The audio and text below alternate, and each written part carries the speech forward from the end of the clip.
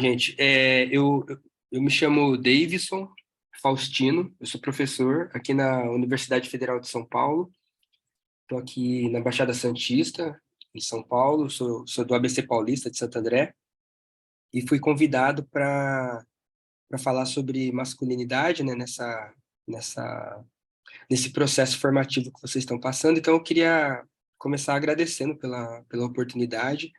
E estou muito feliz em estar aqui e muito empolgado para ouvir também o que vocês, na verdade, para ler, né? Mas para saber também como que esse assunto chega em vocês e o que que a gente pode pensar a partir disso, né? O tema que eu pensei, que eu propus para a organização do evento, para o Pará, aliás, o Pará é uma iniciativa muito bonita, né? Queria parabenizar, tem uma equipe gigante, né, articulando, então eu queria agradecer todo mundo que está articulando. A gente aparece aqui com a nossa cara, mas tem um monte de gente que torna isso possível, né? E aí, na pessoa da Carla Cotirene, eu queria agradecer toda a equipe que está organizando. Então, tá, o tema que eu propus para a organização é o pênis sem o falo. Eu vou explicar um pouco esse título. E aí, depois, as masculinidades, no plural, negras na encruzilhada ou na encruza, né? Então, eu começo a partir daí e começo dizendo, né? Pensando um pouquinho essa noção de encruzilhada e tudo que ela traz para a gente pensar, né? A Leda Maria Martins vai propor pensar a encruzilhada não só como uma dimensão do sagrado, né? Que para nós, povo preto brasileiro, é tão importante, mas também como uma episteme que permite articular elementos que às vezes são vistos como separados, mas que na vida concreta eles estão interligados, eles se influenciam, e isso é, traz uma série de possibilidades para a gente pensar a produção de conhecimento de uma forma mais ampla. Então, tenho escrito e tenho pensado muito a realidade social a partir dessa noção de encruzilhada, mas, de fato, eu acho que o tema das masculinidades negras é um dos temas mais imersos, mais inseridos, mais atravessados por essa dimensão das encruzilhadas, né? Uma primeira questão que aparece logo de cara quando a gente pensa as masculinidades negras é, tipo, tá, mas e aí? Onde que a gente coloca o homem negro? O homem negro é vilão ou é vítima? E esse debate não é, essa pergunta não é simples de responder, né? Quando eu comecei essa discussão, e aí, como eu já sou velho, negão de 40 anos, posso dizer que quando eu cheguei aqui era tudo mato, né? Quando eu comecei esse debate, há uns 10, 15 anos atrás, né, já tinha gente escrevendo sobre isso, mas o debate ainda era muito inicial. Então, é, o debate se apresentava de forma muito diferente do que ele se apresenta hoje. E, é, e aí logo eu escrevi um artigo com esse título, O Pênis Sem o Falo, e depois do artigo eu comecei a ser convidado para falar em um monte de lugar sobre masculinidade negra, e uma coisa engraçada é que quando eu chegava para falar, as expectativas das pessoas eram muito contraditórias. Por um lado, havia um monte de gente, na maioria das vezes mulheres negras, muito ansiosas para que eu pudesse fazer uma crítica aos homens, às posturas dos homens. Tipo, algumas pessoas falavam, nossa, até que enfim agora vamos colocar esses negão na parede, porque é, é muito difícil o que a gente passa na mão dos homens negros. Então havia uma expectativa de que, bom, agora, enfim, vamos poder falar dos homens negros no sentido de uma crítica, né? De certa forma, o debate sobre as masculinidades negras ele começa no interior do feminismo negro, em função de uma tentativa de pensar a violência contra a mulher e de pensar formas de combater a violência contra a mulher.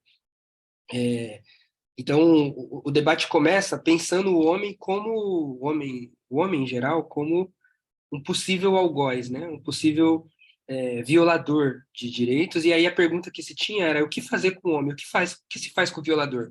O debate de masculinidade começa aí. Então, quando se anunciava a discussão sobre masculinidade negra, Então havia uma expectativa de que, bom, agora até que fim a gente vai falar, vai poder falar do machismo do homem negro. Isso por um lado, por parte de, na maioria das vezes, mulheres negras. E por outro lado, por parte dos homens negros, era o oposto. Havia uma expectativa de, nossa, até que enfim alguém vai falar por nós, porque todo mundo só fala da gente para nos criticar, para nos apontar, e ninguém nunca fala da nossa experiência, até que enfim. E aí eu passava no meio, assim, no meio, na encruza, entre essas duas expectativas, e eu dizia logo de cara que eu ia frustrar todo mundo. Ia tanto frustrar aquelas pessoas que esperavam que, bom, até que enfim agora vão poder bater no homem negro, ou criticá-lo, ou responsabilizá-lo, e por outro lado também frustrava aqueles que achavam que até que enfim alguém vai defender o homem negro, porque o debate também não vai nessa direção. É um debate que o próprio tema homem negro ele já rompe com qualquer maniqueísmo que impede a gente pensar em termos binários, em termos de vítima ou vilão. Talvez isso não sirva nem para ninguém, nem para as mulheres, nem para nenhum grupo social, né? A Eliette Safiotti, uma feminista branca marxista, muito importante na história do feminismo no Brasil, ela vai dizer que reduzir as pessoas subalternizadas à vítima é também tirar a sua agência, é também deixar de reconhecê-las como sujeito da sua história, das suas escolhas, né? Portanto, inviabilizar a possibilidade de uma reação, de uma virada de jogo, né? Então, essa ideia de vítima ou algoz, ou vilão, né? Ela não dá conta da complexidade do que são as relações sociais, muito menos quando a gente pensa as relações de gênero, que tem uma dimensão estrutural, histórica, econômica, mas tem uma dimensão cotidiana que passa pela nossa vida, e a nossa vida é muito mais complexa do que qualquer bandeira política, ainda que não seja possível escapar delas, né? Então, Professor, primeiro, me dá uma licença rapidinho, é porque tem um comentário aqui, eu queria já trazer para não perder. É que pediram para o senhor repetir a parte que cita o conceito de encruzilhada, a referência que é utilizada. tá bom, obrigado. A referência é da Leda Maria Martins, ela vai discutir as culturas banto no Brasil e Congada, e aí ela traz essa noção de encruzilhada como uma potência epistêmica que superaria os maniqueísmos ocidentais, tá bom? Eu me perdi na linha que eu estava.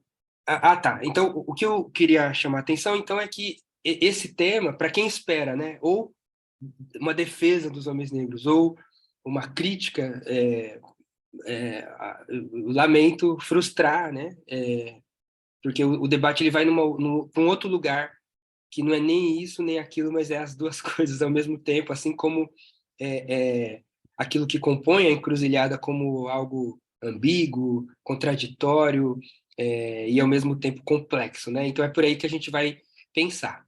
E aí eu começo trazendo para vocês um filme, não vou passar o filme, né?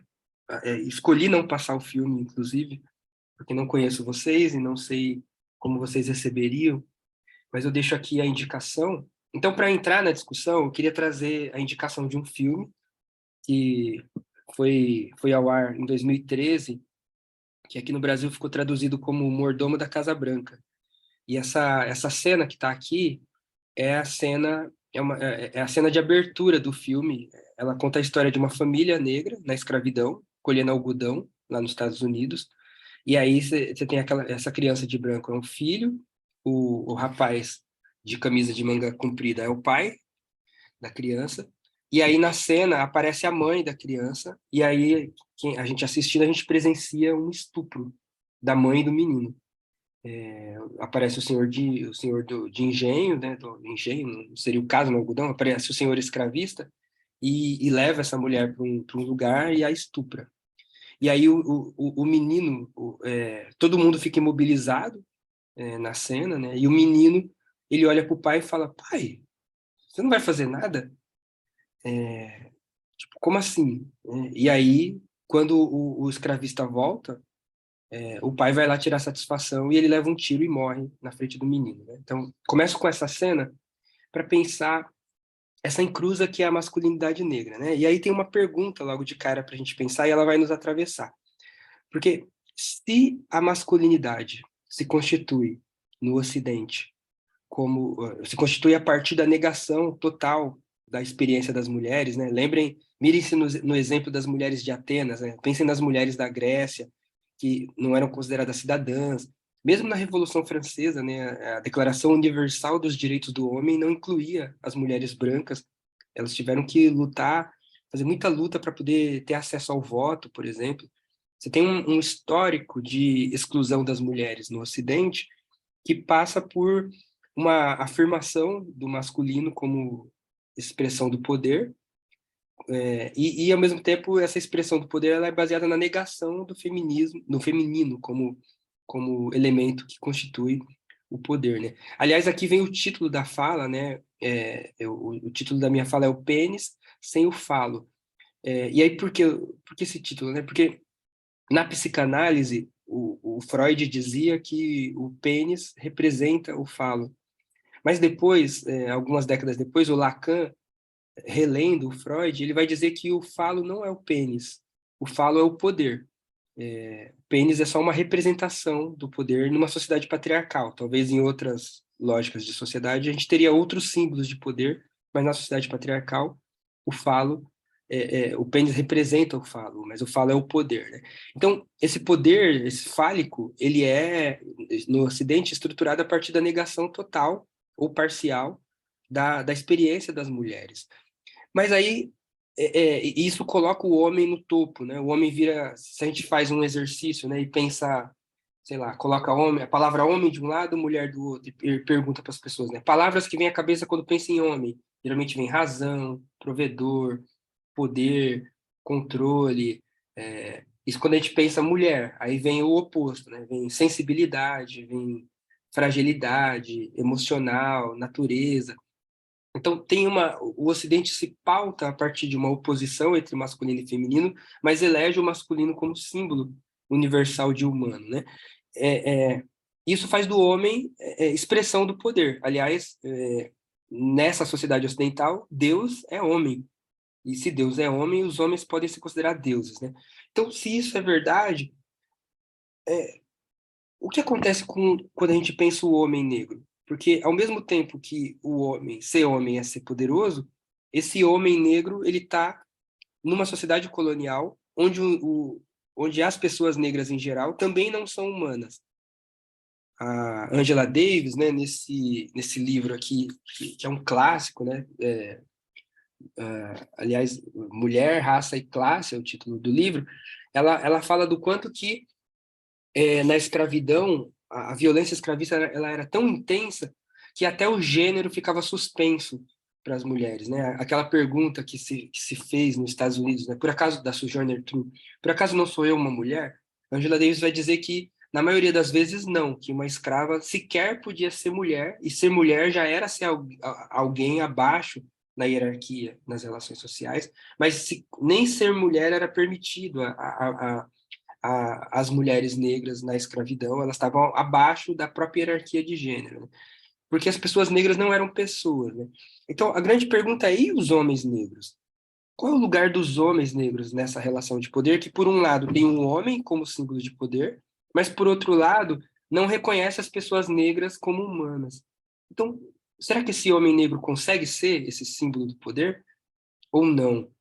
Ou ele é outra coisa? Ou será que o fato de ser homem anula a raça e coloca ele no lugar de privilégio, ou a raça anula o gênero, destituindo esse privilégio? Então, essa é a pergunta que eu coloco e eu abro com essa cena do filme, porque pensar colonização é pensar uma desumanização, mas é pensar também uma lógica de poder onde não era permitido ao homem negro corresponder aos ideais de masculino. Tanto que aí eu volto para o filme, né? Quando o pai decide enfrentar alguém que violou a sua família, ele é morto. Então, isso coloca um conjunto de outras questões que não são tão simples como vítima ou algoz, e também não são tão simples como a gente poderia pensar olhando para as relações de gênero na Europa, por exemplo, que vão passar por outras questões. Então, eu começo por aqui como pergunta, e aí essa pergunta eu tentei trabalhá-la, né, num artigo que eu intitulei O Pênis Sem o Falo, né? Algumas reflexões sobre homens negros, masculinidade e racismo, que foi um artigo escrito lá em 2013, e aí a ideia é exatamente essa, pensar esse homem que é homem, é visto como homem, é tido como homem, mas ao mesmo tempo não é reconhecido como homem. Então, que lugar é esse, né? Qual é o lugar do homem negro? Como é que a gente pensa o homem negro nas relações de poder? E isso traz muita treta, porque aí volta para as expectativas das pessoas nos debates. Por um lado, a gente pode pensar, por exemplo, na reprodução do machismo no interior da comunidade negra, por exemplo. O racismo, a escravidão não impede que homens negros pratiquem violência contra as mulheres, por exemplo. Não impede.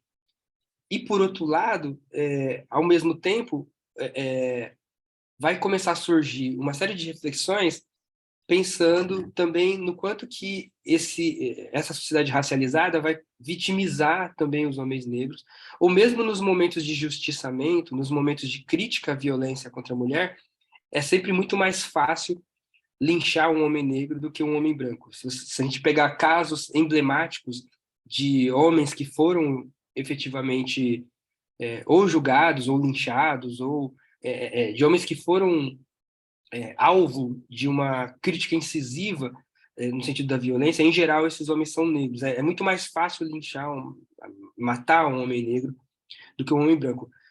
Agora, por outro lado, reconhecer isso retira a responsabilidade dos homens negros diante das relações de gênero, por exemplo, né? Então, é por aí que eu fui no meu artigo. Eu queria trazer algumas questões para a gente pensar.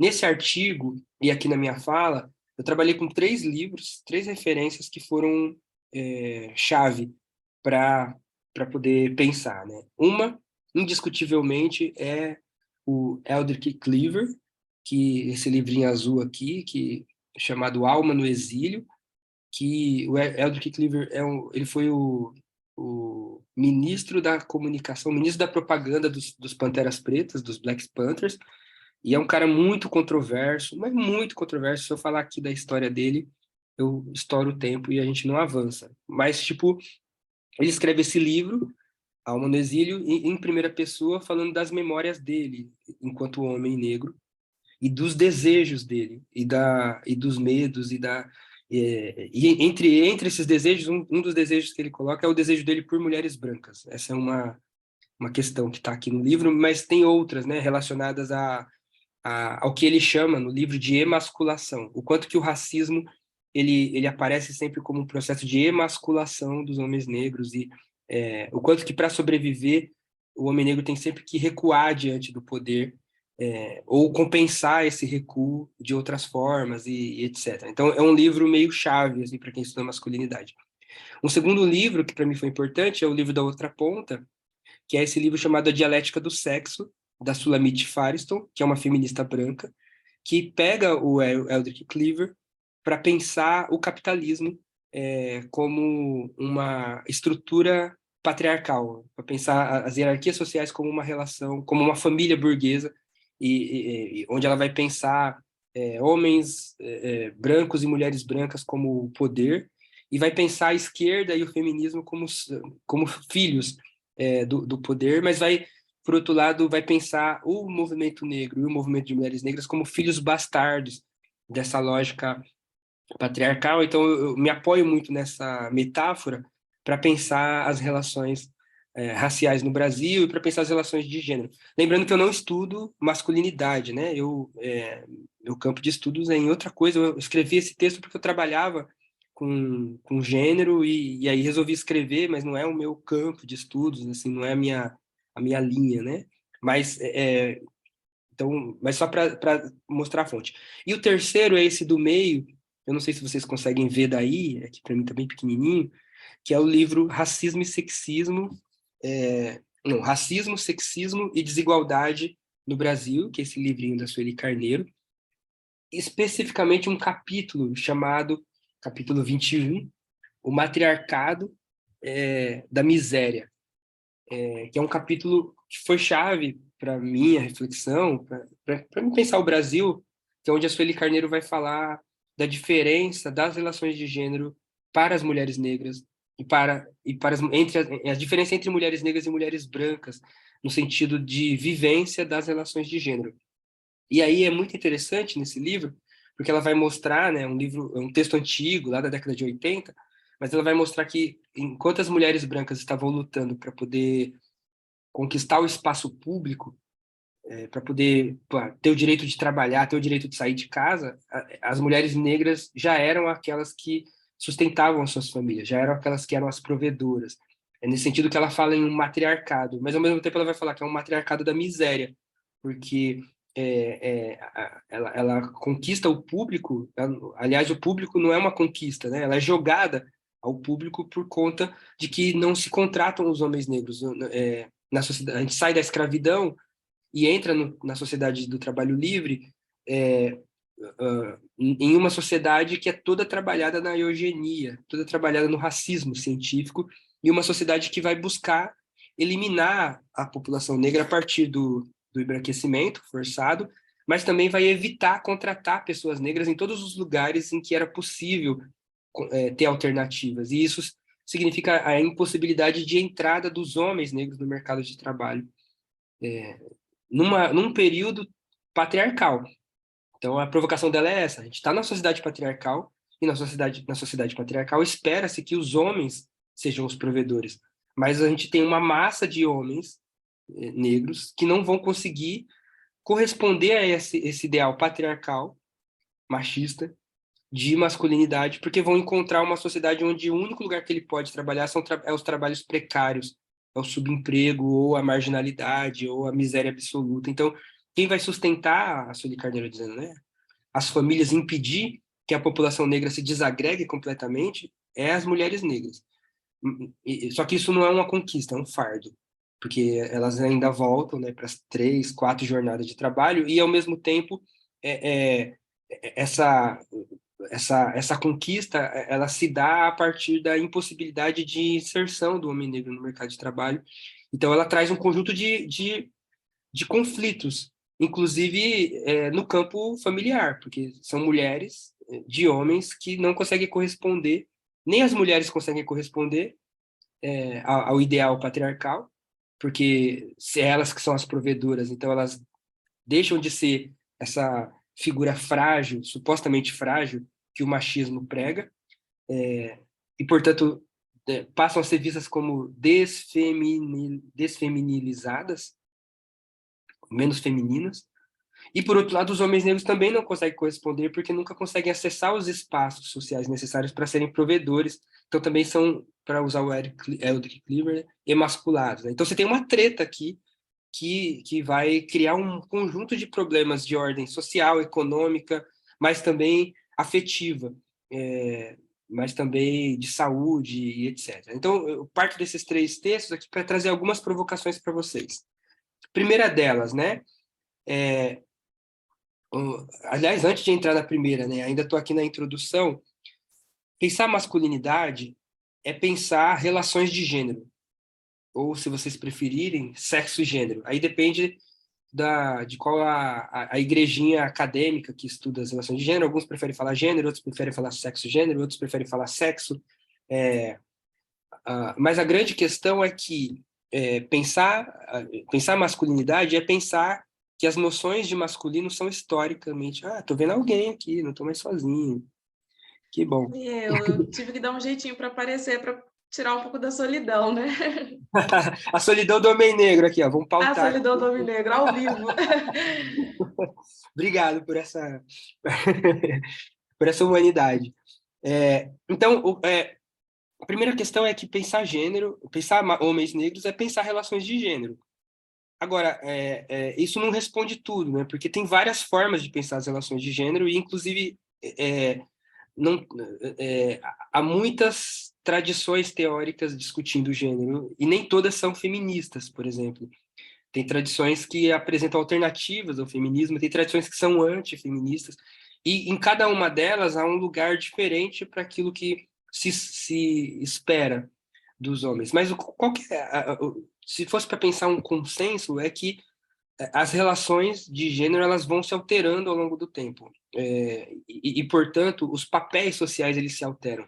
Aquilo que se espera de um homem hoje não é o que se esperava de um homem há 200 anos atrás, ou há 500 anos, ou há 300 mil anos atrás, porque essas expectativas do que é ser homem, do que é ser mulher, elas vão se alterando. Aliás, se a gente pensar com a Oyorunke Oyoemi, não só as expectativas sobre o que é ser homem vão se alterando, mas a própria ideia de homem, a própria ideia de mulher, e a gente poderia pensar, inclusive, que nem toda a sociedade trabalha com essas duas categorias, homem e mulher. Tem sociedades que trabalham com 3 categorias, com 4, com 7. Então, pensar gênero é pensar algo que é da ordem do social, ainda que parta de diferenças anatômicas. E aí, agora a questão é como cada sociedade olha essas diferenças. E aí, isso traz logo de cara um conjunto de questões para a gente, né? Porque se por um lado a gente tem o feminismo fazendo uma crítica a essa noção patriarcal de homem, por outro lado também tem homens que vêm discutindo um suposto retorno a uma noção patriarcal de homem que, segundo eles, estaria sendo ameaçada pelo feminismo. Então, o próprio debate no interior da discussão de gênero, ele está no meio de uma guerra, né? Falar de homens é se colocar no meio de uma guerra. Isso para não colocar o racismo na discussão, porque quando a gente coloca o racismo na discussão, a discussão fica mais complexa. Mas o que eu queria dizer, em última instância, é que o Ocidente foi forjando uma ideia de homem, que é esse homem provedor, que é esse homem guerreiro, que é essa ideia do homem que... O meu avô, né, ele dizia, né, que homem que é homem, enfia o dedo no cu, tira a bosta e come. Aí eu era criança e falava, putz, acho que eu não quero ser isso aí não, mano. Mas essa ideia de um homem que não recua, de um homem que, mesmo diante da morte, ele segue em frente, de um homem que se arrisca, de um homem... Essa noção de homem, ela é ocidental. É importante dizer isso, porque ela não é universal e nem natural. E, diante dela, surgem duas questões, né, duas possibilidades, ou várias possibilidades, mas uma delas é o que a gente faz com isso? A gente desconstrói essa noção ou a gente reforça, e aí você tem várias disputas nesse sentido, mas o fato é que, desde a infância, a gente é socializado para ser homem ou socializado para ser mulher, né? Então, se a gente pega os estudos da Simone de Beauvoir, ela vai ser uma das referências na percepção de que o homem e a mulher, ou o masculino e o feminino, não são inatos, não são naturais, mas tem a ver com as expectativas sociais, né? Por isso que a Simone de Beauvoir dizia que ninguém nasce mulher, as pessoas se tornam mulher.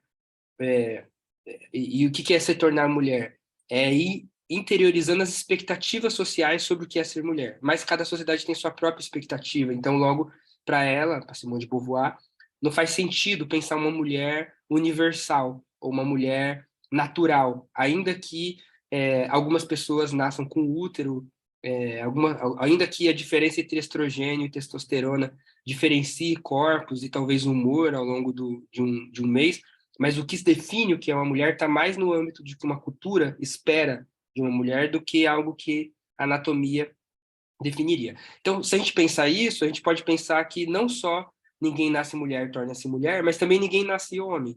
As pessoas também se tornam homem, e desde criança a gente vai aprendendo a observar e interiorizar uma corporeidade, um jeito de impostar a voz, um jeito de impostar o corpo, e quem não consegue é zoado, quem não consegue pode até ser violentado, inclusive, porque então há um processo de adestramento que nos educa a ser homem, a ser mulher. E isso vem sendo discutido, né? Como eu disse, os estudos sobre masculinidade eles começaram no interior do feminismo, porque tinha uma questão que era o que a gente faz com o homem agressor? Esse cara que bateu na mulher, o que faz com ele? Mata, prende, o que faz? Bom, vai se prender, em algum momento ele vai sair, então o que faz? Então, num primeiro momento, começa a se ter estudos pensando em como ressocializar esse homem agressor, ou como... E aí, logo em seguida, as pessoas vão falar, putz, mas Não basta só ressocializar o agressor, a gente precisa educar para que não hajam agressores. Então começa todo um debate sobre masculinidade e sobre que educação é essa para os homens que geram homens agressores, por exemplo. Então o debate de masculinidade começa aí. Só que, num segundo momento, foi se percebendo é, que a masculinidade não se resume a agredir mulheres. Que, ainda que a masculinidade na sociedade machista, patriarcal, ela é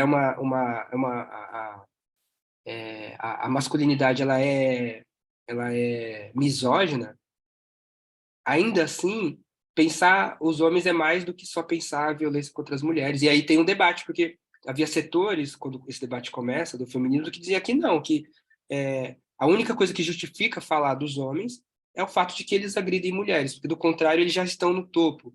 Esse era um setor. Outros setores vão dizer não, mas também há uma pressão para ser homem e há uma sanção para quem não cumpre os ideais de masculinidade. Aliás, os homens são os homens que mais morrem em acidentes, os homens morrem mais cedo porque não cuidam da saúde. Então, há um conjunto de questões relacionadas à masculinidade que precisam aparecer aí.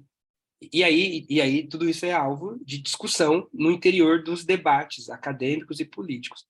Mas qual que é a questão? Assim como no debate do feminismo, e essa era a briga da Sueli Carneiro, nesse livrinho que eu falei para vocês, o feminismo discutia o machismo, mas quando você ia olhar qual que eram os termos do debate, as mulheres negras ficavam de fora. Era sempre a experiência das mulheres brancas que aparecia como referencial universal do debate. Assim como isso vai acontecer com o feminismo, isso, isso também vai acontecer nos debates de masculinidade. Então, os primeiros textos falando sobre masculinidade, na maioria das vezes tomavam um homem branco como referência. Por exemplo, né, foi criado em 2011, se não me engano, a Política Nacional de Saúde do Homem. E quando foi criada a política, ela dava uma série de exemplos de situações que justificariam ter uma política de saúde dos homens, né? Que os homens vão menos no médico e se cuidam menos e tal. Mas quando eles davam um exemplo, os exemplos eram todos exemplos que atingiam homens brancos. Por exemplo, morte no trânsito, por exemplo. Falavam de acidente de trânsito. Mas quando a gente separa os dados de acidente no trânsito por raça-cor, a gente percebe que os homens brancos morrem mais dirigindo o carro e os homens pretos morrem mais atropelados. Se a gente pegar, sei lá, outras questões de saúde, por exemplo, violência urbana, quem morre assassinado são homens negros. Isso não aparecia na política de saúde dos homens.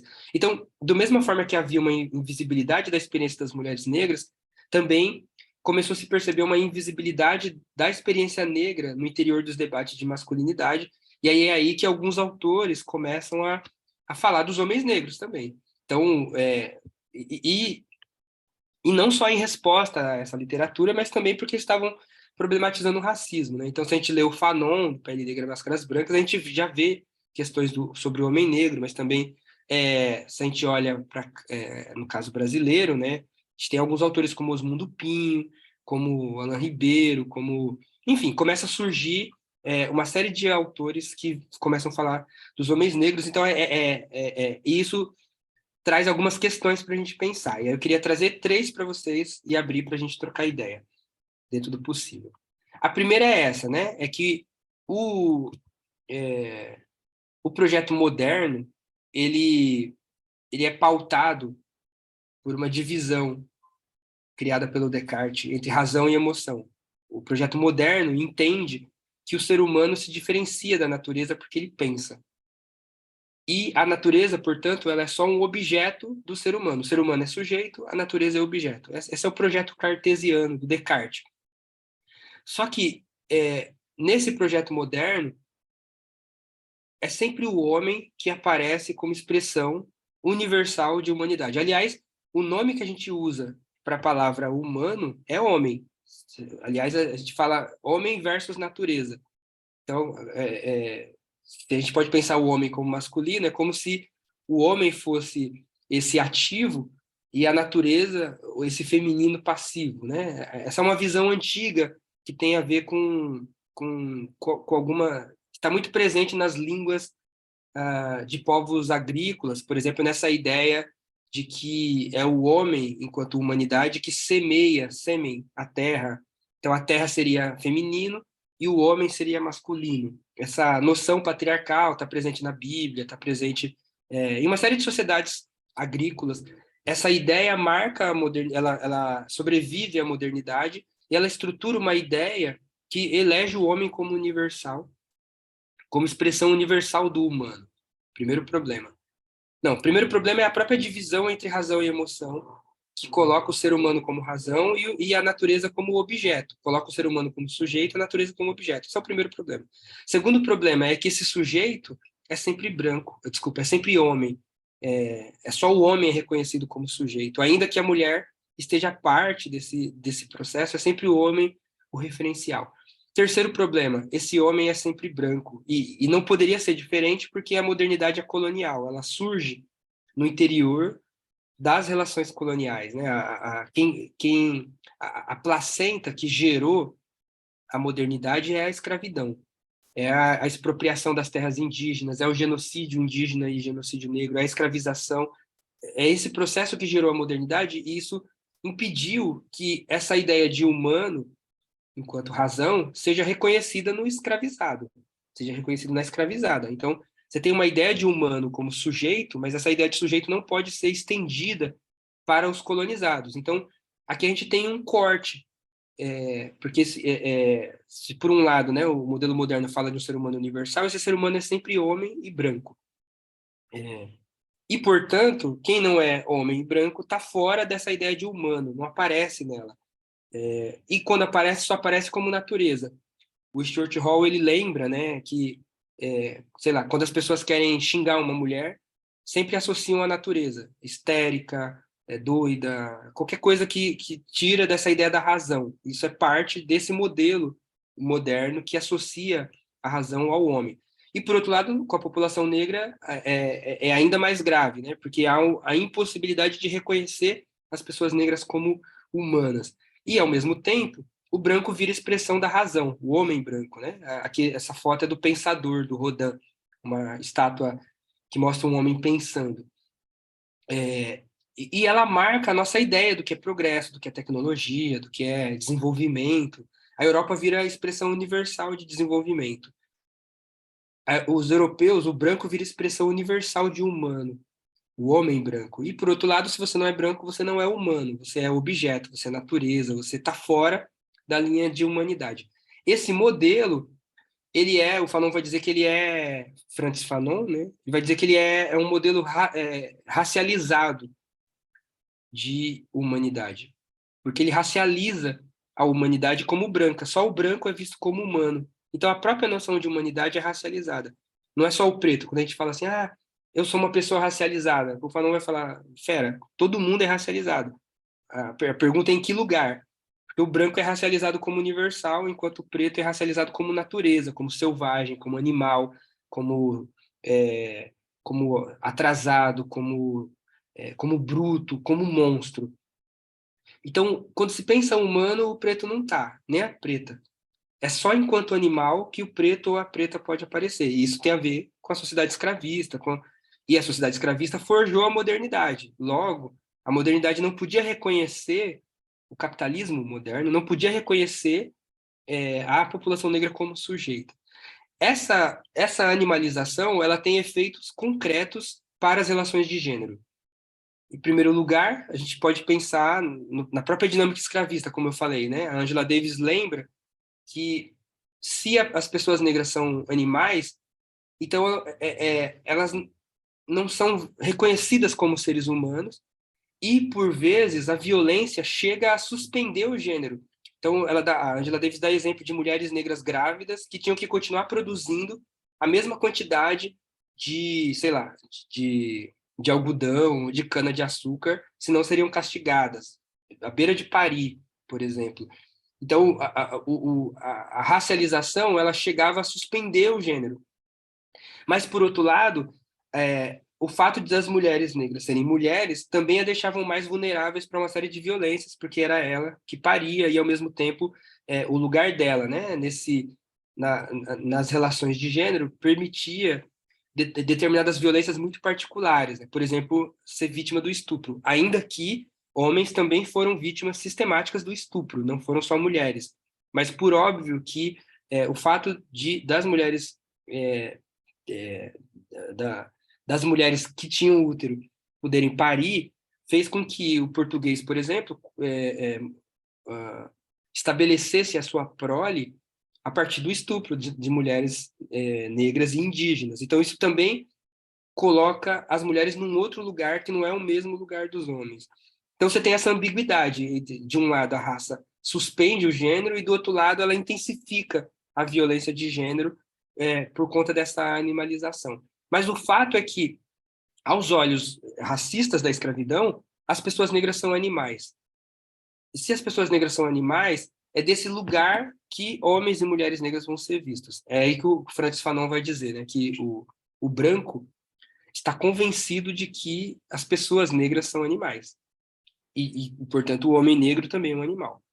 Se não for o comprimento do pênis, é a potência sexual que impressiona. Então, para o Fanon, essa ideia do negro, do negão que tem a pegada, da mulata fogosa, do negrão do pau grande, essa ideia ela surge na escravidão, num momento em que não era possível reconhecer a humanidade do escravizado, então, portanto, era só enquanto animal que aquela pessoa vai ser reconhecida. Esse é o ponto de partida da Lélia Gonzalez para pensar as empregadas domésticas e a mulata no carnaval, porque tanto uma como outra, elas advêm da figura da mucama. E quem era a mucama? A mucama é esse animal, diferente do animal selvagem que está lá no canavial, a mucama era esse animal doméstico que podia estar dentro de casa, mas ainda era animal, e por ser animal, só podia ser valorizado enquanto animal, na sua dimensão selvagem, na sua dimensão é, a, dentro de uma fantasia colonial, naquilo que falta ao pudor europeu, que é uma sexualidade supostamente desenfreada e etc. Então, o Fanon vai dizer, o branco está convencido que as pessoas negras são animais. E essa ideia de que as pessoas negras têm uma potência sexual maior, ela é colonial. Ela tem a ver com esse processo escravista que permitia um livre acesso ao corpo negro e, ao mesmo tempo, não reconhecia a possibilidade das pessoas negras serem contidas por uma moral sexual cristã que se esperava de uma pessoa branca, né? E essa ideia das pessoas negras como animais vai marcar não só o desejo das pessoas brancas pelo corpo negro, mas também a repulsa. Desejo e repulsa, eles caminham no mesmo esquema mental, no mesmo esquema simbólico. É exatamente por ser animal que o corpo do negro impressiona. E exatamente por impressionar que ele dá medo. Porque à medida que o branco se vê como razão, e para o branco se vê como razão, ele precisa transferir para o negro toda a sua animalidade, que também é dele, que agora só vai ser vista no negro. Então o negro passa a ser tipo um bode expiatório de todas as agressividades que são de todos os seres humanos, mas que agora só são vistas no negro. Então, quando o corpo negro aparece, não é só um corpo que está aparecendo, mas são as representações simbólicas, as fantasias, as taras de uma sociedade escravista que fetichiza esse corpo como símbolo de tudo aquilo que o branco não quer ver nele. Esse branco que só pode se ver como razão, como pureza, como progresso, desenvolvimento, e que abre mão do seu corpo na percepção de si. Lembre do Descartes, corpo versus alma, ou natureza versus homem, né? Então, essa ideia de homem ocidental, ela pressupõe abrir mão do corpo, e esse corpo agora só vai ser visto nas pessoas negras. E, por outro lado, agora, quando uma pessoa negra aparece, não é só ela que aparece, aparecem todas as representações animalizadas sobre ela. A gente pode pensar no filme do King Kong, por exemplo, olha o dedão do gorila, tamanho do dedo do gorila, e onde o dedo do gorila vai parar? No colo da mocinha que tem uma luz rosa, com um olhar submisso para cima. Tem toda uma construção pornográfica dessa imagem para chocar o espectador. Mas o que essa construção pornográfica traz é uma ideia do corpo negro como um corpo muito mais corpo do que outros corpos, de um corpo negro muito mais selvagem. E é isso que dá medo no corpo negro, mas é isso que atrai o corpo negro. Então a gente tem algo que o Fanon vai chamar de racialização, como uma questão que oriunda desse processo. A racialização é essa fragmentação da nossa humanidade que coloca os brancos como razão e os pretos como animais. E é por ser animal que o negro é valorizado. É só enquanto animal que o negro é valorizado. O negro não é valorizado. Se a gente, sei lá, se a gente vai lá no Xvideo, por exemplo, escrever homem negro, não é por ser homem que o negro aparece, mas é por ser negro. E ser negro é estar preso a um conjunto de expectativas e de representações fetichizadas a respeito do que é esse corpo, e esses fetiches eles vêm da escravidão. E eles vão orientando, né, o imaginário. Só que se desejo e ódio, desejo e repulsa, estão no mesmo registro simbólico, então a mesma coisa que atrai é a suposição de que esse corpo é um corpo de um animal. A mesma coisa que atrai é aquilo que também assusta, é aquilo que também cria repúdio. É exatamente por ser animal que esse corpo, ele é algo, nessa fantasia racista, é algo que pode sair do controle a qualquer momento, né? Aliás, é um corpo que é suspeito até que prove o contrário, porque pressupõe que, como todo animal selvagem, não dá para pôr dentro de casa, porque pode causar problema, pode destruir a civilização, assim como o gorila do King Kong. Então, a racialização, ela fixa as pessoas negras nessa imaginação fetichizada criada pela colonização. Ela fixa. E ao fixar, quando aparece uma pessoa negra, antes de aparecer o indivíduo, antes de aparecer o Davidson, aparecem os fetiches relacionados ao que é ser uma pessoa negra nessa sociedade escravista. E aí agora o Davidson vai ter que se relacionar com esses fetiches. Ou ele repudia, ou ele corresponde, ou ele... mas ele não pode simplesmente ser o Davidson. O tempo inteiro o fetiche vai aparecer antes. Eu estou falando de homens negros, mas a gente pode falar das mulheres negras também. É isso que a Lélia Gonzalez vai falar da mulata e da doméstica. Mas no caso dos homens negros, tem uma questão aqui. Porque se o que é ser homem é ser homem é ser poder, é ser provedor, é ser racional. E o homem negro? Porque ser homem é ser racional, mas o homem negro não pode ser racional, porque ele é um animal. E nesse registro cartesiano, o homem é só o branco.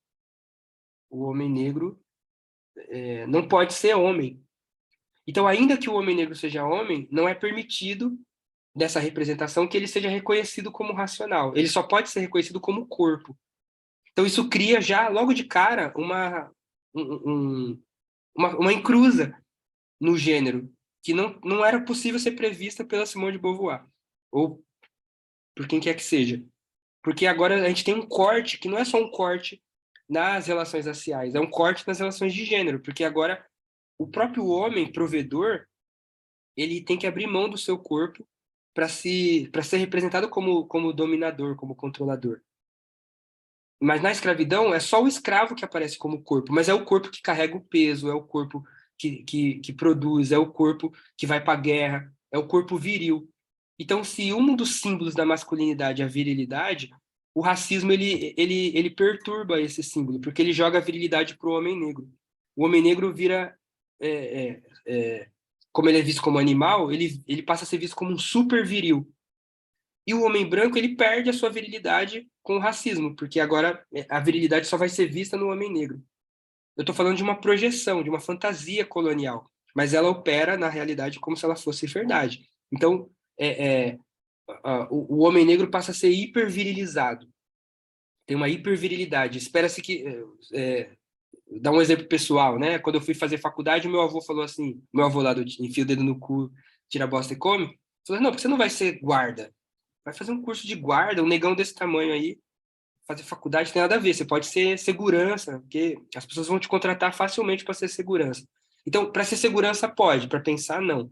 Então, por quê? Porque espera-se que o negro seja super viril. Então, o próprio racismo, ele cria um problema para a masculinidade branca. Porque ao transferir o corpo para o homem negro, o branco transfere a virilidade, ele transfere algo muito caro para o próprio modelo de masculinidade. Por isso que ele precisa compensar, linchando o preto, ele precisa compensar humilhando o preto, ele precisa compensar de alguma forma, porque há uma transferência de algo muito caro para esse modelo masculino, que é a virilidade. E, por outro lado, esse homem negro agora ele pode ser visto como viril, mas é uma virilidade que é castrada também, porque é uma virilidade sem poder. É uma virilidade que só pode aparecer subordinada a um homem branco. Ela só pode aparecer... Aí tem alguns filmes para a gente pensar, né? O Django Livre, esse personagem aqui, que é o mordomo, é, ele é agressivo, mas apenas enquanto ele cumpre os interesses do branco, né? Mas a gente pode pensar esse personagem aqui também, que é um personagem que quem é mais novo talvez não lembre, do Tião Macalé, que é esse personagem que o poder dele ele só pode aparecer enquanto quem anima a festa do branco. Ele só pode aparecer enquanto ou como alguém que ri de si próprio, como esse estragado, como esse homem menos homem. É o homem que a Sueli Carneiro falava lá do matriarcado da miséria, porque se o homem não pode ser provedor, o que sobra?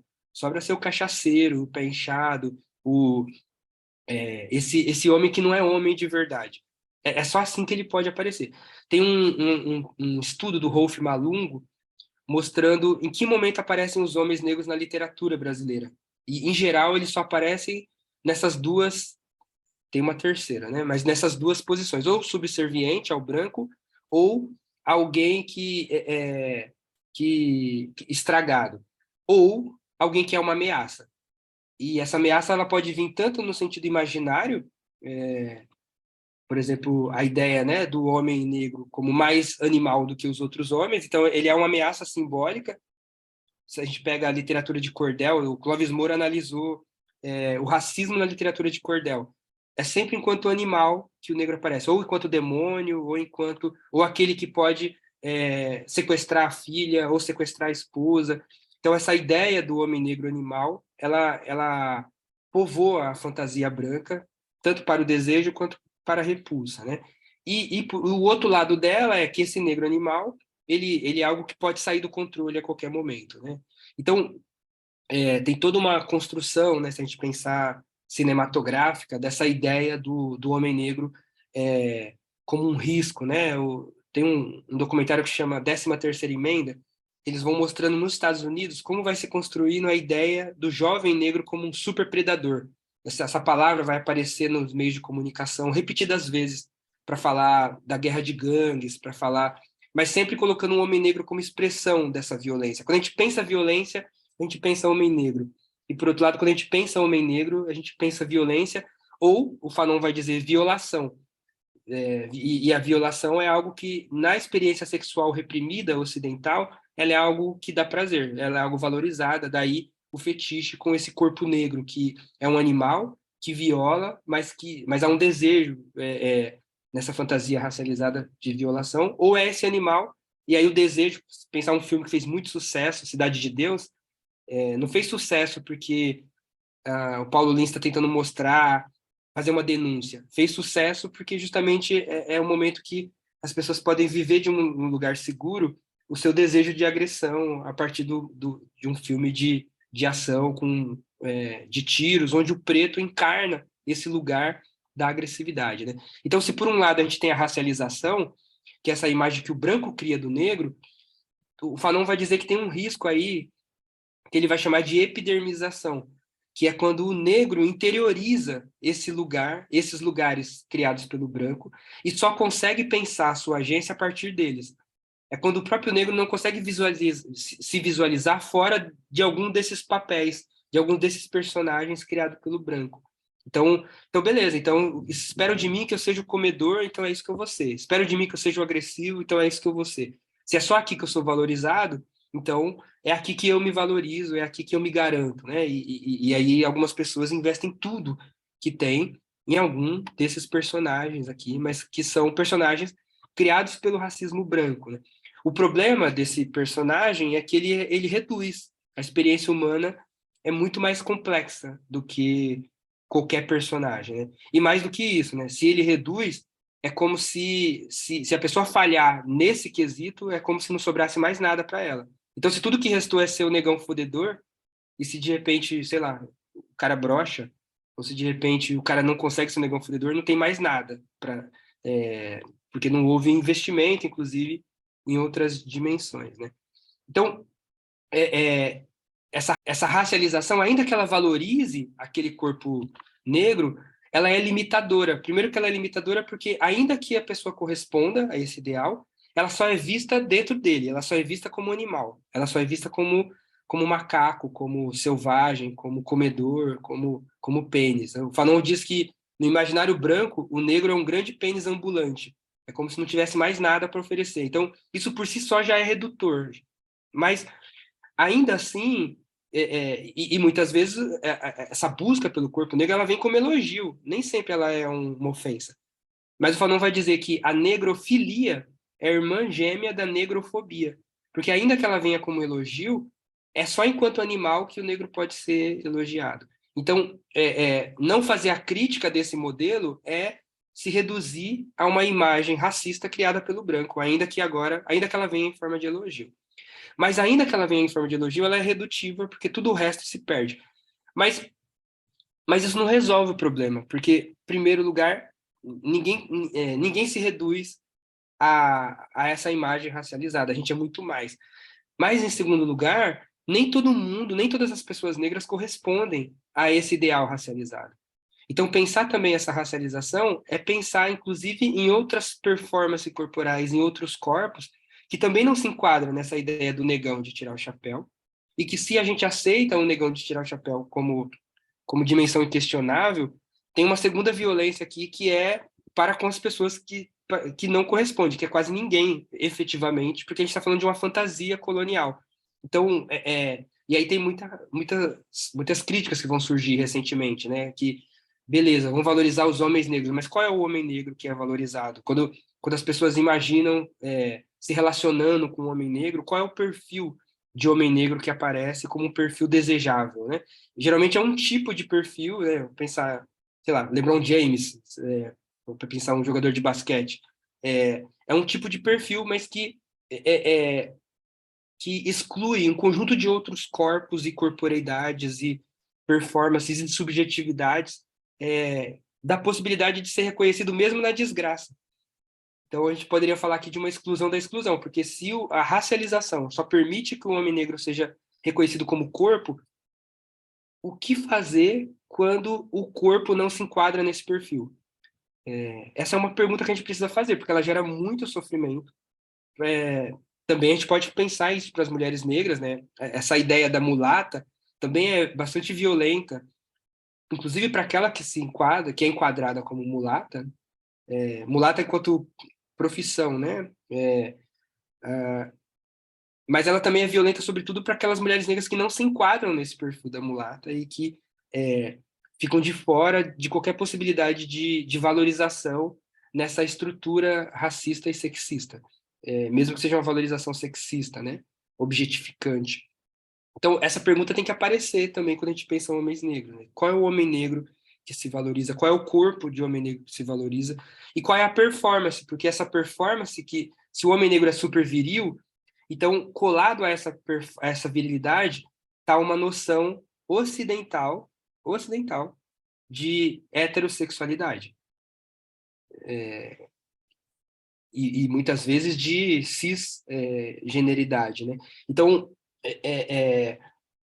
mesmo nos momentos de rebeldia contra o racismo, às vezes o que sobra é afirmar a virilidade como caminho de confronto com a sociedade racista. Mas muitas vezes essa afirmação da virilidade acaba comprando um modelo de homem que é ocidental, um modelo de homem que também foi imposto e que foi imposto na exclusão de vários outros modelos de homens que também são vividos por homens negros. O que eu quero dizer é que muitas vezes a própria identidade negra, se ela não critica as relações de gênero, ela corre o risco de excluir outros homens negros, mesmo na tentativa de afirmar uma negritude. O tempo está dando, eu estou fechando aqui para a gente conversar. Então, queria dizer, né? Mas antes, só queria dizer, assim, voltando aqui, que quando começa o debate de masculinidade negra, uma das críticas é que o próprio debate ele era heteronormativo e cis cisnormativo, porque ele olhava para os homens negros, sempre olhando o jovem negro da periferia, que é violentado pela polícia. E muitas vezes se perdia de vista um conjunto de outras violências, por exemplo, de gênero, quando a gente pensa homens trans, quando a gente pensa homens gays, quando a gente pensa homens que não correspondem a esse ideal de masculinidade bélica, né? Então, acho que isso é importante de trazer para o debate. Último slide. Por fim, e aí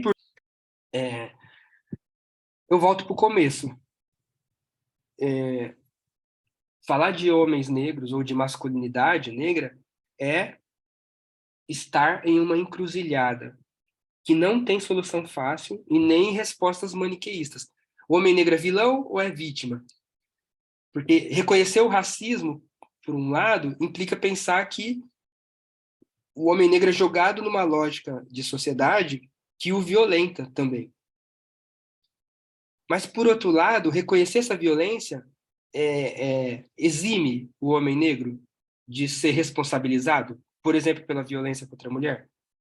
Reconhecer essa violência exime o homem negro de gozar de alguns espaços de poder, porque ainda que os homens negros sejam negros, eles ainda são homens, e nessa sociedade ser homem é gozar de privilégios. Mas, por outro lado, os homens negros não conseguem acessar esses privilégios completamente, mas eles acessam alguns privilégios, colocados pela relação patriarcal, que estamos socializados nela. Então, você pode sofrer racismo, mas o pai vai deixar o menino ir para a festa e não vai deixar a menina, porque ela, sei lá, para pegar um exemplo na adolescência, todo mundo sofre racismo, mas ainda que o menino que vai para a festa, ele pode ser morto pela polícia e a menina estará protegida. Então, talvez a questão não é algoz ou vítima, mas é pensar em como essa complexidade vai se tecendo. Porque se a gente não rompe com o maniqueísmo, com a polarização ocidental, e só vê como ou algoz ou vítima, então só tem duas chances. Ou o homem negro é esse cuzão, e muitas vezes ele é o único linchado. Todos os homens podem praticar, ou praticam, ou já praticaram violência, mas no momento de justiçar, geralmente é um homem negro que vai ser justiçado, que vai ser alvo do justiçamento.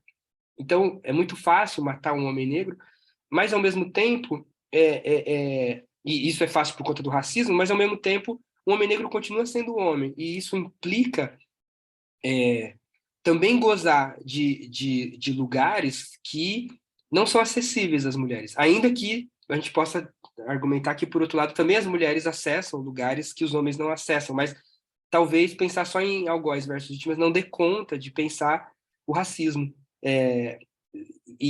Sobretudo, né, nos leva para um lugar meio inocente de achar que, bom, o fato de eu ser vítima de violência significa que eu não posso ser violento. Essa ideia não serve nem para as mulheres, nem para ninguém, porque todo ser humano pode ser violento. Todo ser humano pode oprimir o outro ser humano, ainda que não politicamente, mas individualmente. As relações são sempre mais complexas do que as lógicas, as bandeiras sociológicas apresentam. Então, pensar homens negros é pensar essa complexidade de encruzilhada. E ela traz, logo de cara, algumas questões que não vão fechar nunca. Uma delas é a diversidade de experiências do que é ser homem. Não tem só um homem negro, tem homens, tem masculinidades negras distintas, e elas têm diferentes lugares nas relações de poder, mas, ao mesmo tempo, é pensar o que a gente faz com a masculinidade.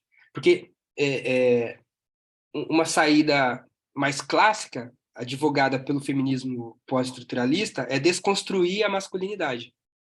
Essa é uma proposta que vem do feminismo pós-estruturalista, desconstruir a masculinidade. Mas será que é possível ao homem negro desconstruir a masculinidade morando na favela, com a polícia subindo e com... Será que é possível, sem morrer? Será que é possível desconstruir a masculinidade estando em guerra? Até onde é possível desconstruir a masculinidade sem virar um alvo dócil para um processo de extermínio em curso? E, por outro lado, então a saída é reconstituir essa virilidade que foi perdida pelo racismo, reconstituir essa agressividade patriarcal, tendo o modelo ocidental como parâmetro. qual é o caminho, né? E aí eu deixo duas reflexões antagônicas aqui para a gente pensar. Uma é do Malcolm, dando aula sobre como é ser homem de verdade. Aqui está escrito: o homem de verdade ele tem que ser o esposo, tem que ser o pai. O homem de verdade tem que ser o protetor, provedor. O homem de verdade tem que ser construtor e elevar a sua família. O homem de verdade tem que ser a cabeça, assim como está na Bíblia patriarcal. A Bíblia é feita pelos povos hebreus, né? Os judeus eram uma sociedade patriarcal, que, portanto, vai refletir a lógica patriarcal na sua forma de pensar o sagrado. Por que o Malco está dizendo isso? Porque ele reconhece que o racismo emasculou o homem negro. Então, a saída dele é reconstituir essa masculinidade. Mas a gente tem toda uma tradição no feminismo negro mostrando o quanto que essa masculinidade também se volta contra os próprios homens negros ou contra as mulheres negras, muitas vezes. Então, qual seria a saída? Desconstruir? Mas até onde dá para desconstruir, né? E aí, deixo aqui como reflexão, a reflexão, né, da Oyorunke Oyewumi, quando ela vai dizer que talvez não haja um homem essencial para resgatar. Isso pode parecer um pouco desconcertante, mas talvez nos deixa livres para construir os nossos modelos de acordo com o que a gente achar que deve ser, porque afinal de contas não tem algo natural que indica o que é ser homem, o que é ser mulher, ou o que é ser não binário, o que é ser meio termo, né? Mas a gente só consegue avançar se a gente rompe com o maniqueísmo ocidental, inclusive, que constituiu homem e mulher como pontos antagônicos. É isso, gente. Paro por aqui. Aqui tem um blog meu com alguns textos e fico à disposição. Olha, estamos recebendo feedbacks incríveis, né? De que a aula está muito acessível, muito fluida, e o pessoal está adorando, apesar do formato de pouca interação, né? E aí achei interessante que tem uma pergunta que eu acho que dialoga um pouco com esse último livro, essa última referência que você trouxe, que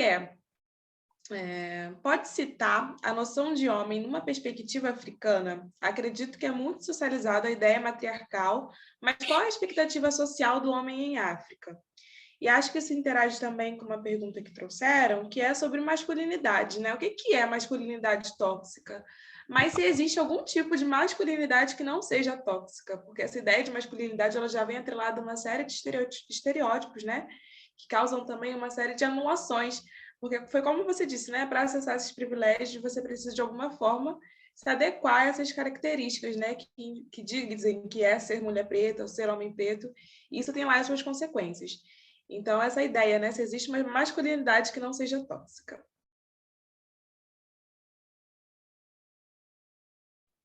Ótimas perguntas. Que pena que a gente não está interagindo aqui, eu não estou vendo o rosto de vocês. Mas vamos lá, né? Acho que, assim, primeira questão, o, o Hobbes, Thomas Hobbes, é um pensador ocidental, ele é um pensador burguês que acredita que não seja possível separar poder e dominação.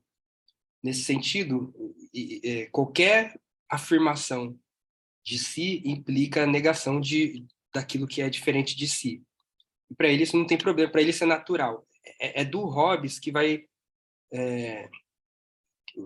a gente vai ter na história ocidental, na filosofia ocidental, um Nietzsche, por exemplo, mas também um Foucault. E por que eu estou dizendo isso? Porque é em torno dessa noção que vai se pensar o masculino como projeto de dominação, por um lado, e, por outro lado, quando se pensa a crítica ao masculino, essa associação entre masculino e dominação ela está tão entrelaçada que parece que não é possível um masculino sem dominação.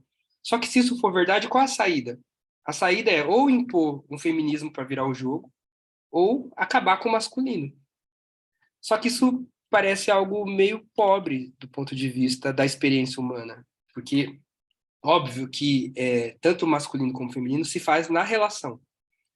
Então, se existe o masculino, existe o feminino também como o seu outro. E a gente sabe de sociedades que tinham outras coisas entre masculino e feminino.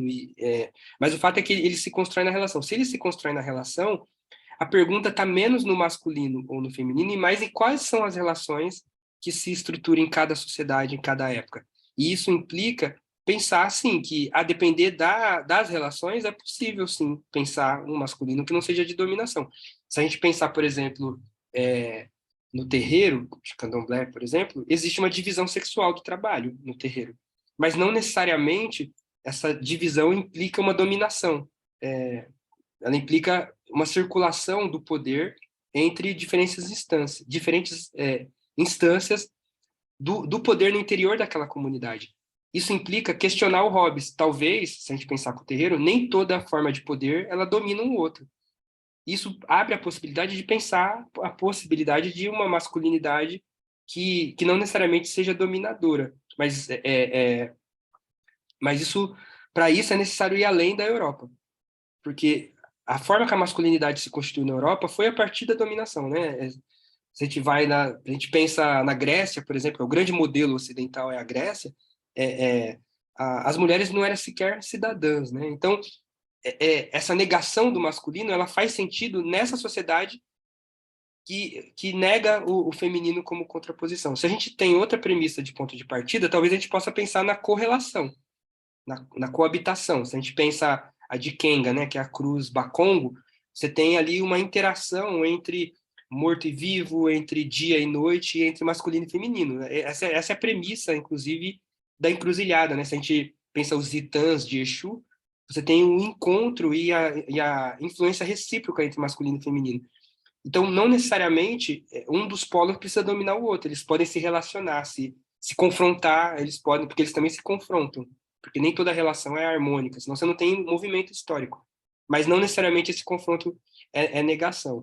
Agora, isso implica transformar as relações sociais, porque efetivamente, concretamente, na nossa sociedade, ainda que sejamos pretos, nós estamos numa sociedade que efetivamente cria hierarquias de dominação.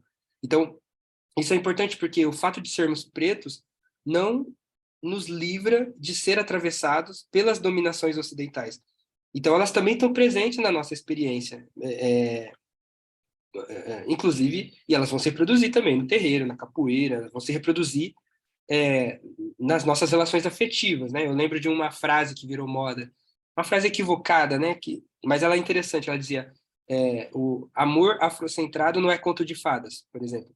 Porque a gente pode pensar nas violências raciais relacionadas ao racismo, mas duas pessoas negras se relacionando não quer dizer que não vai ter violência, que não vai ter contradição, que não vai ter dominação, que não vai ter... Então, agora, e por que eu estou dizendo isso? Eu estou dizendo que tem uma tarefa que está colocada que é uma tarefa de transformar efetivamente as relações sociais que estão colocadas e criar outras, né? É isso que pode garantir que hajam masculinidades não tóxicas.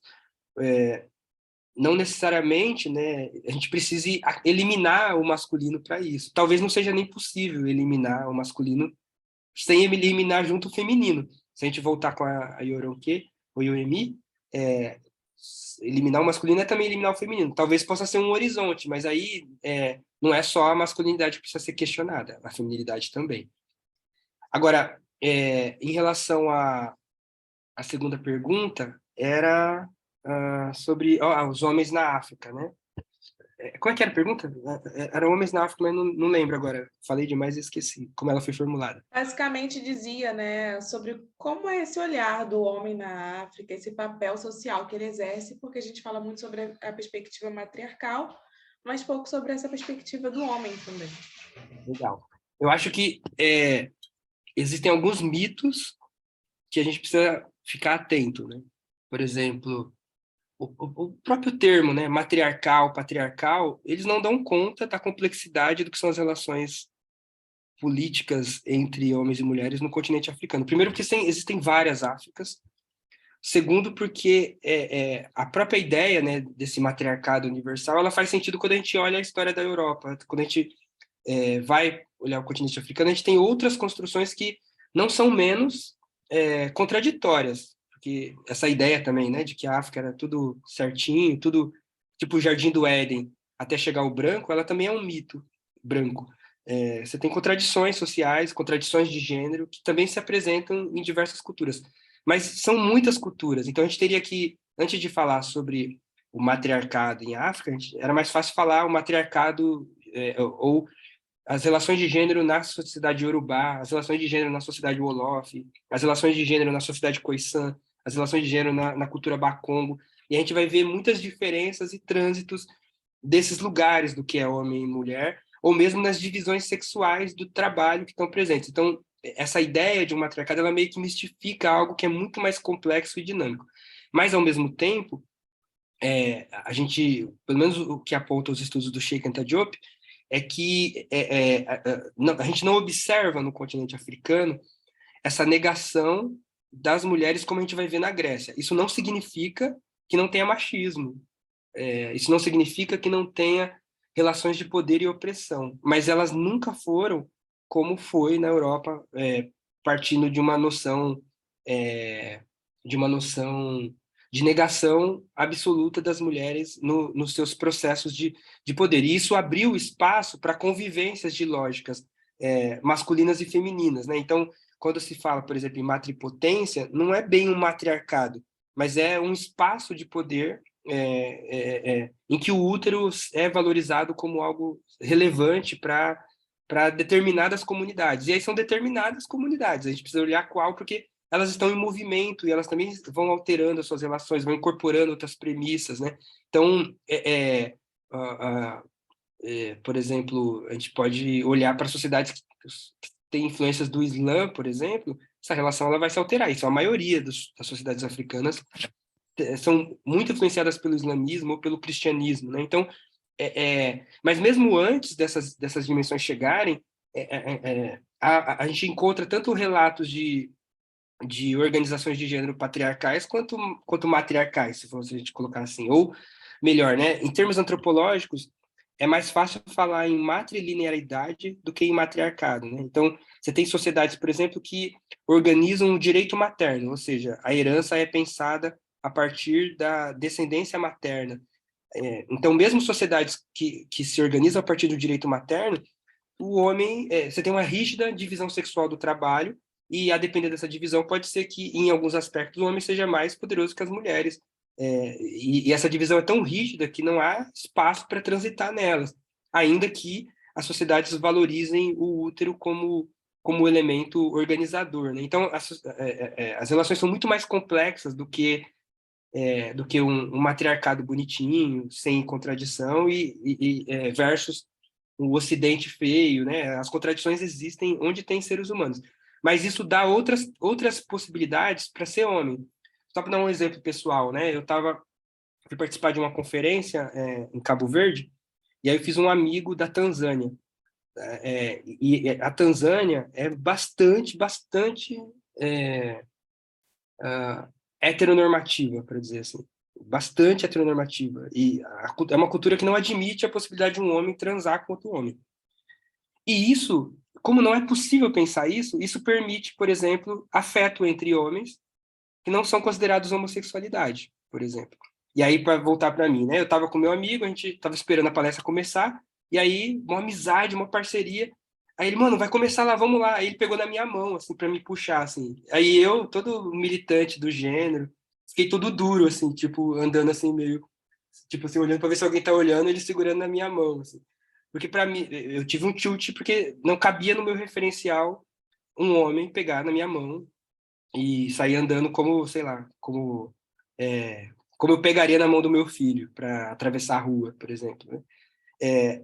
Então, e é uma sociedade extremamente, de onde ele vem, extremamente rígida do ponto de vista dos papéis sociais, das hierarquias masculinas, mas que abrem outras possibilidades de contato e afeto, né? Então, as relações são muito mais complexas, né, do que alguns chavões, e acho importante ficar atento a isso. Perfeito.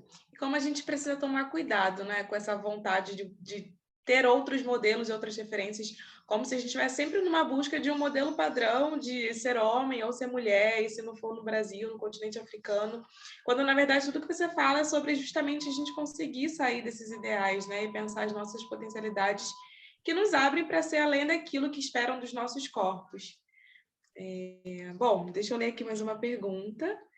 Essa é um pouco grande, vamos lá.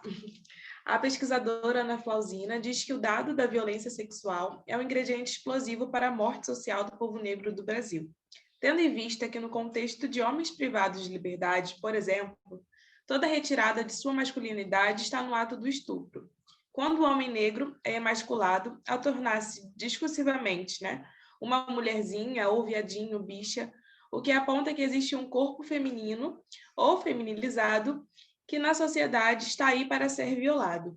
A partir desse exemplo, você acha que é possível pensar o combate do genocídio no Brasil sem encarar de frente de maneira interseccional essa dimensão do estupro?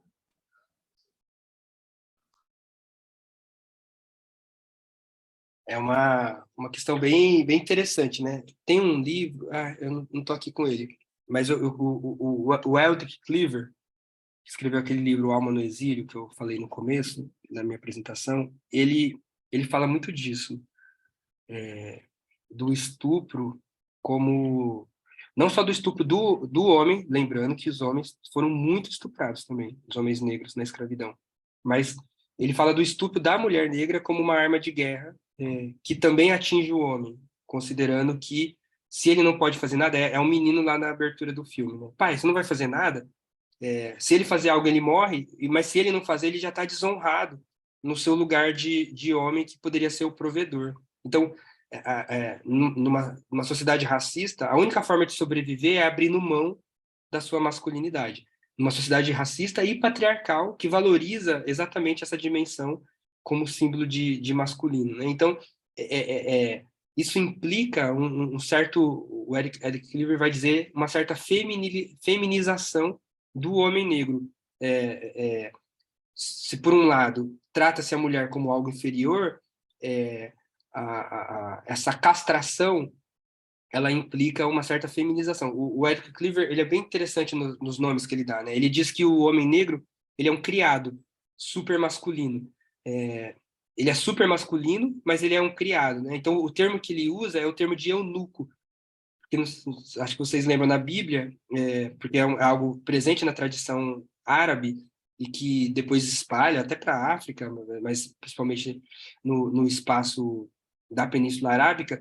Você tem o harém, que é esse homem que tem várias mulheres, e ele precisa de guardas para guardar o harém, mas o que vai garantir que o guarda não vai pegar as mulheres dele, né? Então ele castra esse guarda, esse soldado, e assim as mulheres ficam intocadas. Então o eunuco ele é super masculino, ele está pronto para matar, mas ele é castrado. De novo, é o pênis sem o falo, porque ao mesmo tempo que ele é reduzido ao pênis, ele não tem aquilo que é o mais importante no símbolo de masculinidade, que é o poder. E isso implica um tipo de castração, porque se o poder é do homem branco, então ele pode ser agressivo, ele pode ser o par, mas quando chega o polícia, ele tem que abaixar a cabeça e chamar o polícia de senhor. Ou se o Ed Cleaver dá o exemplo de uma... Ele tá com a namorada dele no carro e a polícia para o carro e o policial começa a ofendê-lo na frente da mulher. E se ele reage, ele morre. Se ele não reage, ele morre aos olhos dela, né? Porque ela vai, ele pensando, ela vai olhar para mim como um frouxo, como alguém que deixou ele me zoar, né? Então, esse é o dilema que o racismo coloca e talvez é por isso que a violência aparece também como uma forma de compensação dessa castração. Então, a violência não é só a ausência de oportunidades econômicas. A violência também é uma forma de vingar essa essa castração, é uma forma de devolver em dobro aquilo que fizeram de mim. Então, a violência ela tem uma dimensão também simbólica e não só econômica. Não é só por ausência de recursos que as pessoas... muitas vezes assaltar é ir lá e fazer o boy sentir tudo que a gente sente agora, porque agora eu tenho poder. Com o revólver na mão, agora eu tenho poder. Então, tô dando esse exemplo mas para voltar para o estupro, né? Então, o estupro ele tem essa dimensão que só faz sentido numa lógica patriarcal. Então, ainda, e aqui é uma coisa importante, né? Pensar a raça não anula o gênero. Ainda que eu disse, né? A Angela Davis dizia que o racismo suspende o gênero, mas é só numa sociedade generificada, patriarcal, que essa racialização consegue operar a partir de um processo de feminização. É necessário que tenha uma noção de homem, uma noção de mulher, a mulher como inferior, para que o homem negro seja rebaixado à condição de mulher no processo de feminização. Então, ainda que a raça esteja no centro, se a gente tira a dimensão de gênero do horizonte, a gente não consegue entender a própria raça e a classe. Mas aí é outra aula. Temos tempo para mais 2 perguntas? Ou mais uma? Uhum. Vamos lá. Vou ler uma que a gente recebeu aqui no Telegram, né? Professor Davidson, a forma de problematizar as questões de masculinidades são de uma expertise enorme. Sou da favela da Baixada Fluminense, educadora no campo das ciências sociais. O meu refletir, já que o meu contato é direto com a juventude preta da periferia, que foge diariamente da polícia, como construir esse saber com esses jovens que estão aí no fronte? Você quer fazer já a segunda? Eu tento responder. A segunda, eu acho que é mais um comentário que trazem aqui. Aula maravilhosa. Lembrei do movimento Mulherismo Africana, de Cleonora Hudson. Ela centraliza a raça como uma questão política e convida o homem negro para a discussão sobre raça e gênero, algo que Lélia Gonzalez fez dentro do movimento negro e em todo o seu pensamento. Novamente, muito obrigada pela aula e parabéns. Assim, tem muitos outros comentários, mas vamos filtrar aqui, porque a gente não vai ter tempo de ler todos. Legal. Bom, a primeira pergunta é uma pergunta difícil de responder, porque eu acho que ela implica, primeiro, um diagnóstico muito preciso desse entrelaçamento entre gênero, raça e classe.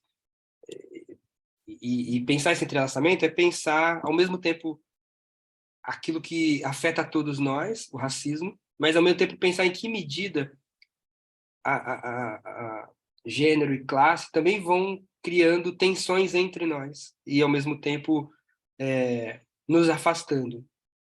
Mas, ao mesmo tempo, a relação entre machismo e racismo não afasta só homens das mulheres, também afasta homens de homens. Se a gente pensar, sei lá, um homem negro que não corresponde a esse ideal agressivo, viril de homem, ele também está sujeito a ser violentado e está sujeito a ser massacrado, inclusive por outro homem negro, dentro desse jogo. E, ao mesmo tempo, o homem negro que não corresponde a esse ideal, às vezes ele nem é atraente para a própria mulher negra, que também, porque estamos todos nessa sociedade que interiorizando esses valores sociais que passam por raça, classe e gênero, né? Então, eu acho que um primeiro ponto é pensar um diagnóstico que dê conta de entrelaçar, de dê conta de captar essa encruzilhada entre raça, classe e gênero.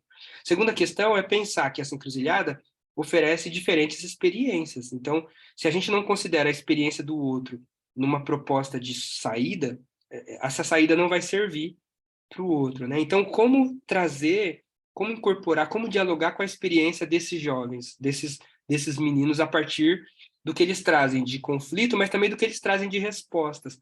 E aí é importante pensar, né, que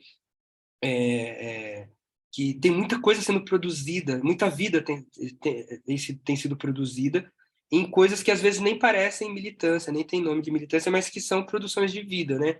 E isso implica tirar as pessoas desse lugar racializado que o racismo criou, ou vítima ou vilão, e pensar que às vezes o traficante também é pai, de pensar que às vezes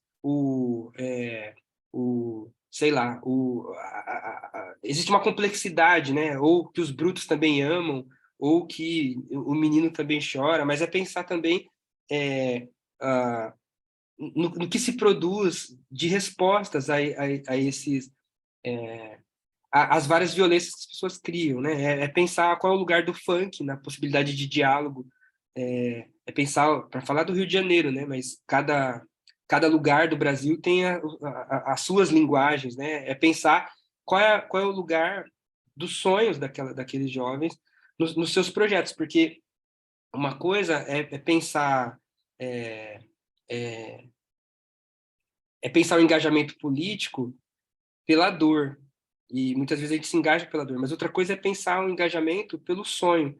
E a gente tem muito pouca habilidade de colocar o sonho na mesa quando a gente vai pensar o engajamento político. A gente está muito mais acostumado a trazer a denúncia, a trazer a dor. Só que enquanto isso, a igreja oferece um sonho, o crime oferece sonhos de consumo, a igreja oferece sonhos de consumo também, os políticos de direita oferecem sonhos de suborno, então talvez seja um momento também da gente pensar, né, como, e aí para isso, como dialogar com os sonhos das pessoas, e isso implica ouvir as pessoas, isso implica construir com elas, às vezes, caminhos que, às vezes, um pouco diferente do que a gente imaginou para elas.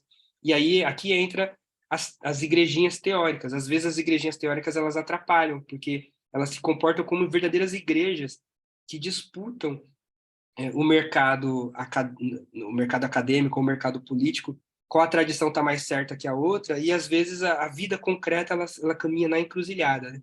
Então, eu sou muito influenciado pelas discussões da Cleonora Hudson, mas eu também acho que muitas vezes ela exclui o feminismo negro, por exemplo, ou compete com o feminismo negro, com as contribuições da Sueli Carneiro e mesmo de feministas negras estadunidenses, porque isso tem a ver com as disputas no interior do pensamento antirracista, com as disputas no interior das reflexões sobre as mulheres negras, e elas existem, sempre vão existir, elas são importantes, mas é muito importante que, quando a gente está estudando, a gente se permitir também caminhar na encruzilhada do saber, a ponto de beber do que tem de legal no mulherismo, de beber o que tem de legal no feminismo negro, de beber o que tem de legal no feminismo branco, se tiver algo que possa nos ajudar, de beber o que tem de legal naquilo que possa nos ajudar a dar resposta, porque a realidade é sempre mais complexa do que a forma que as lutas políticas podem se estruturar. E se a gente não ficar atento,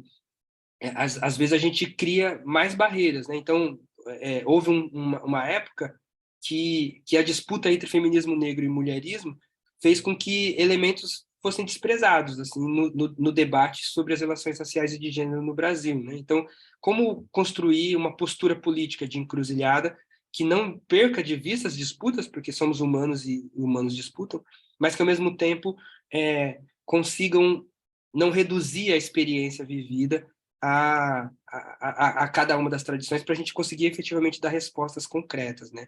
Então, essa é uma tarefa para a nossa geração, que não é fácil, porque ela implica também reconhecer a gente como contraditório. E é muito fácil ver só o outro como problema. É muito fácil ver só os brancos, só os homens, só os bolsomínios.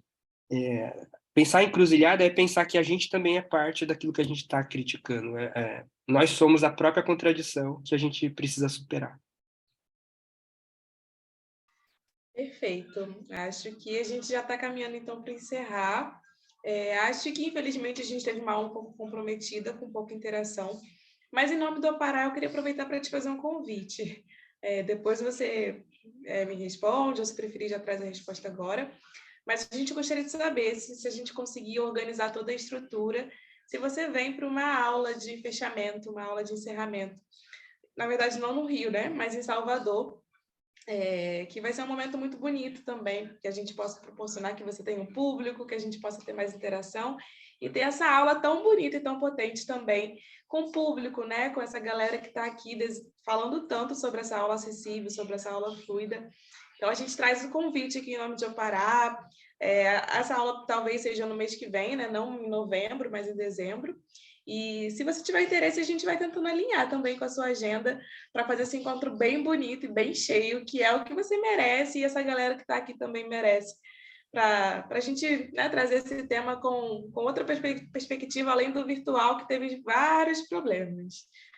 Vamos Mas conversar. aí, depois a gente conversa, você traz a resposta, mas fica aqui oficialmente o convite.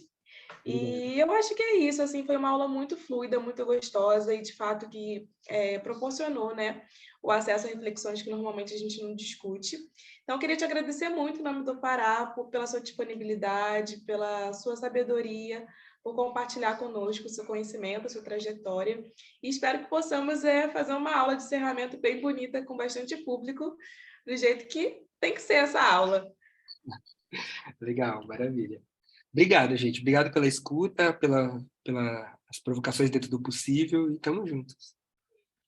É isso. E eu vou deixar essa aula lá no nosso Drive, então quem não conseguiu acompanhar depois vai ter oportunidade, quem quiser rever vai ter oportunidade também.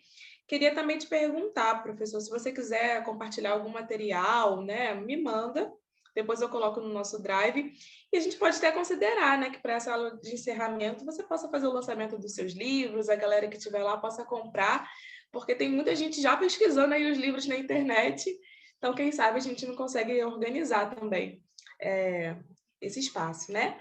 Então, te agradeço muito, muito obrigada e seguimos juntos. Sigamos. Tamo junto, gente. Beijão. Obrigada, pessoal, pela participação. Desculpem aí as tecnologias que não funcionaram, mas na próxima aula espero que a gente também consiga fazer um momento mais interativo. Obrigada, boa noite, bom final de semana. Final de semana não, feriado para todo mundo. E a gente se encontra na quinta-feira para a próxima aula. Beijo, pessoal.